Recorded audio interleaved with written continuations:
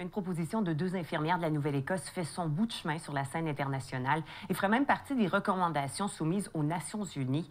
Les 2 femmes aident les victimes de torture domestique depuis plus de 20 ans. Elles veulent que ce genre de cruauté soit considéré comme un crime contre les droits de la personne. Paul Légère. C'est dans ce petit bureau d'un sous-sol d'une maison de Truro que les 2 femmes travaillent avec acharnement sur les questions de non-state torture, c'est-à-dire de la torture domestique dont les victimes sont souvent des femmes et des enfants. Ça a tout commencé il y a 21 ans quand une femme d'ici, de la Nouvelle-Écosse, qui était victime de torture domestique, m'a appelé. Ses parents la prostituaient et la torturaient. Maintenant, on parle avec des victimes de partout au pays et même internationalement. C'est à ce moment que Linda McDonald et Jean Sarson ont fondé l'organisme Persons Against Non-State Torture afin de venir en aide aux victimes et faire de la sensibilisation.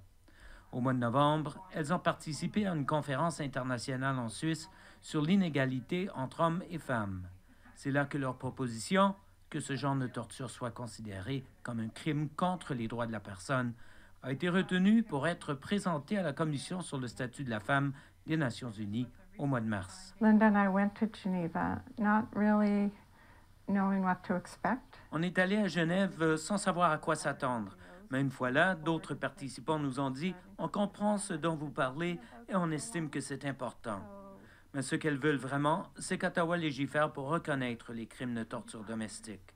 Pour l'instant, légalement, on parle plutôt d'agression au pays, car seuls les policiers ou des militaires peuvent être accusés de torture. Ici Paul Légère, Radio-Canada, Truro.